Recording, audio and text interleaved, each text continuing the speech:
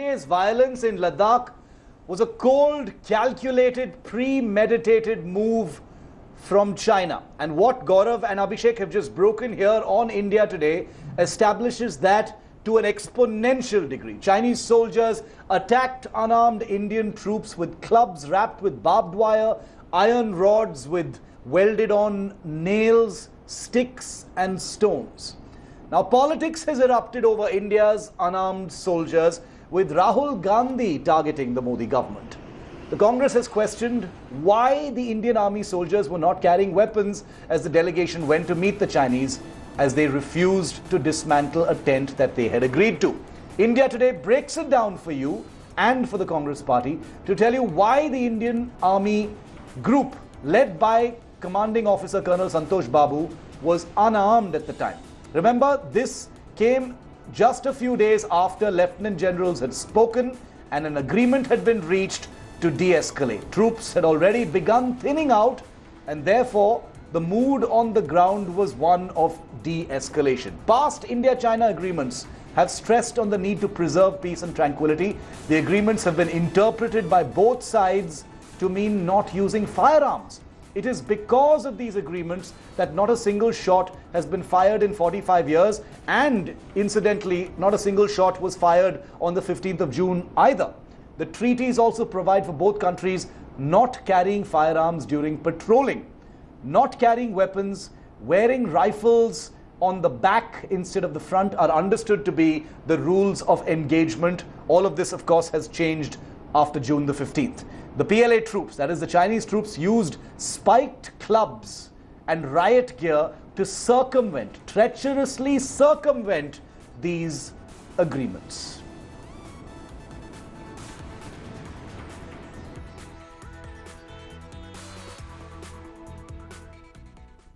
भाई और बहनों, चीन ने हिंदुस्तान के शस्त्रहीन सैनिकों की हत्या करके एक बहुत बड़ा अपराध किया है। मैं पूछना चाहता हूं, इन वीरों को बिना हथियार खतरे की ओर किसने भेजा और क्यों भेजा? कौन जिम्मेदार है? धन्यवाद। राहुल गांधी जी, आप अगर पढ़े लिखे नहीं हैं, आपके पास जानकारी नहीं है, तो जानकारी लीजिए। घर में बैठ के लॉकडाउन का इस्तेमाल करते हुए कुछ किताबें पढ़नी चाहिए थी। आपके समर्थित सरकारों के समय, आपके सरकारों के समय क्या क्या वार्ता हुए थे, किस किस प्रकार की संधियां हुई थी, क्या एग्रीमेंट्स हुए थे। नवंबर 1996 में यह एग्रीमेंट साइन किया गया था। देवेगौड़ा जी उस समय प्रधानमंत्री थे। Neither side shall open fire, cause biodegradation, use hazardous chemicals, conduct blast operations, or hurt with guns or explosives within 2 kilometers from the line of actual control. Read, understand, and then speak, Mr. Rahul Gandhi. Just don't rant against your country. Why were our brave army officers and soldiers sent unarmed? Number 2, who gave this order to our valiant soldiers? Number 3, when our army officers and soldiers were being sent unarmed, why was armed backup force not available as per existing army protocol?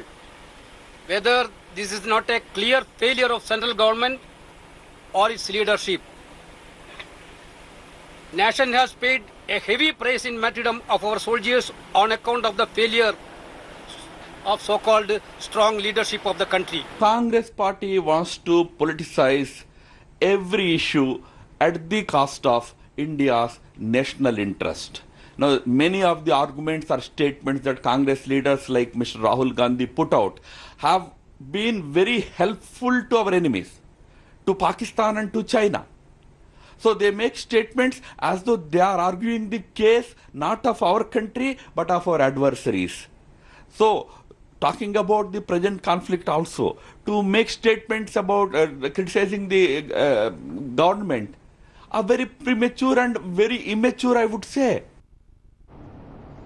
The army, meanwhile, the Indian army is stocking up on body protection equipment and spiked clubs very much like the Chinese to deal with a medieval adversary. Now, this isn't directly connected. The procurement of this riot gear and these clubs isn't directly connected to what happened on June the 15th, but the issuing of this equipment today and yesterday to troops on the line of actual control is very much linked to what has happened on June the 15th. The Northern Army Command has begun equipping its soldiers with lightweight riot gear, which were ordered before the bloodshed at Galwan. In fact, they were ordered sometime last year.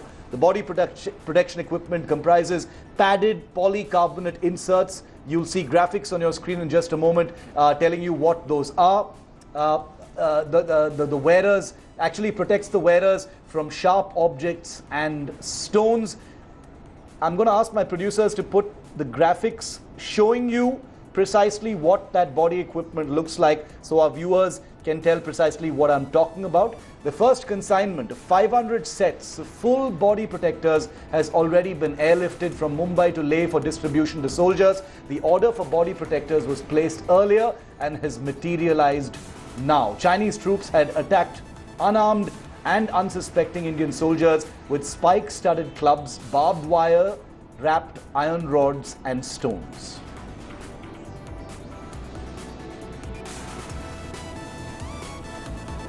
I want to go across back to Gaurav Sawant, who's with us on this story. I also will be bringing in Sambit Patra in just a moment because this is his big exclusive here on India Today. Gaurav, riot protection equipment, metal clubs with spikes being issued to Indian soldiers as well. We are told that the procurement, was actually something that was processed before the current border tension, but this equipment now being issued to our forces. Can you tell us why, Gaurav? So, Shiv, India has decided to pay back China in exactly the same coin. If they pelt stones, they will be pelted with stones. They are using these metal-studded clubs. Now, they will also receive metal-studded clubs.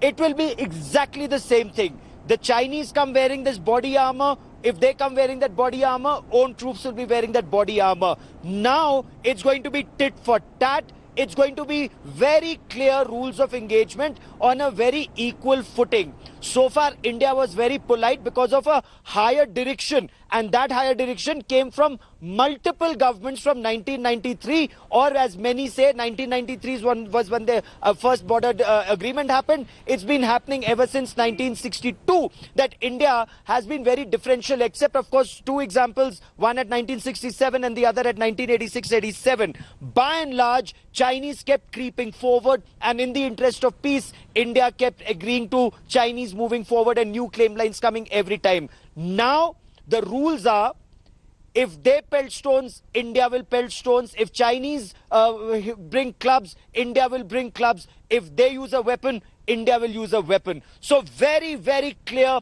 tit for tat at the LAC is the new policy now, Shiv. And Sambit Patra, an executive editor who broke this story earlier today, is also with us. Sambit, medieval barbaric weapons that were wielded by the Chinese, and now the Indian army issuing similar equipment. I mean, it has received a mixed response in the veteran community. They wonder if this is reducing army troops to, almost like policemen. But as a result of the protocol that has been sought to be followed all these years and completely barbarically violated by China, this is what the Indian army has had to do now. The details are still unclear, but all I know is that over the last few hours, these shipments have been airlifted from Mumbai. There is reason to believe that these are connected with the incidents of June 15th, when our soldiers were caught unawares at the Galwan Valley by the Chinese soldiers, as you described, who were armed with clubs and spiked maces. So this is an attempt to give our soldiers, some element of body armor, some protection against the Chinese soldiers, because as you know, there is a disengagement that's planned all along the line of control in eastern Ladakh. There could be other such incidents where they would come face to face with Chinese soldiers and they do not want to be caught unawares. And I can also confirm that the army is working on issuing the same kind of clubs that the Chinese have used to its own soldiers. As ridiculous as that sounds, This is an attempt to equip our soldiers to even the odds, if I can call it that, ensure that they're not caught by surprise the way they were on the 15th of June with catastrophic consequences. As we've realized, the army has kept its options open. It has a military response ready. They're working out their contingency plans as we speak, but they want to ensure that the soldiers on the ground aren't caught by surprise. They have body protection. They have the weapons. They want to address the Chinese with the same kind of weapons that they're using without escalating the situation.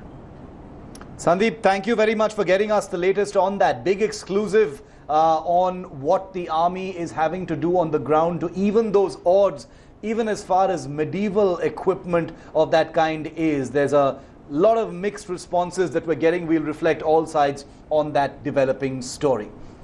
The situation, now let's take you straight from the bigger picture of Ladakh to the micro picture of where the bloodshed happened, Patrol Point 14, which Gaurav is reporting on. The situation continues to be extremely volatile in the Galwan Valley's Patrol Point 14, with Indian soldiers furious, simmering over what we can now tell you was mutilation of some of the bodies of the dead Jawans by the Chinese side. Absolute barbarism and savagery not worthy of any professional army demonstrated by the Chinese. On Monday, 20 Indian soldiers, remember, were confirmed killed in the most horrific manner, with improvised spike-studded clubs and barbed wire-wrapped maces by PLA soldiers at the line of actual control in the Galwan Valley. Reports say senior officers are constantly trying to keep things in check and to soothe tempers. The Leh Corps commander, where Gaurav is reporting from, he's in touch with the 3 division commander on an hourly basis to brief on the evolving situation. Efforts are being made to contain any spillover effect to control rising tempers among army units at the other 3 standoff points in Ladakh, especially in Pangong So. The situation has been quite precarious over the past weeks. In fact, the trigger point, the first scuffle happened there on the night of May the 5th, and there have been at least 2 other incidents of violence in those areas, but no deaths in the 40 days since.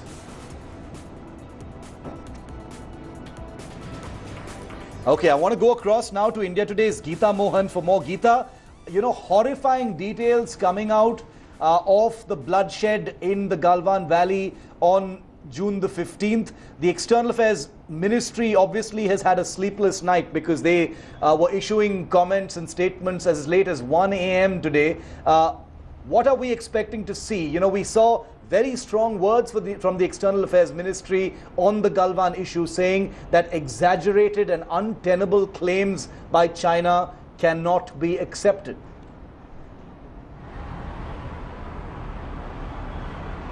Well, Shiv, 2 things. One is that the External Affairs Minister has been in and out of meetings all through yesterday and today.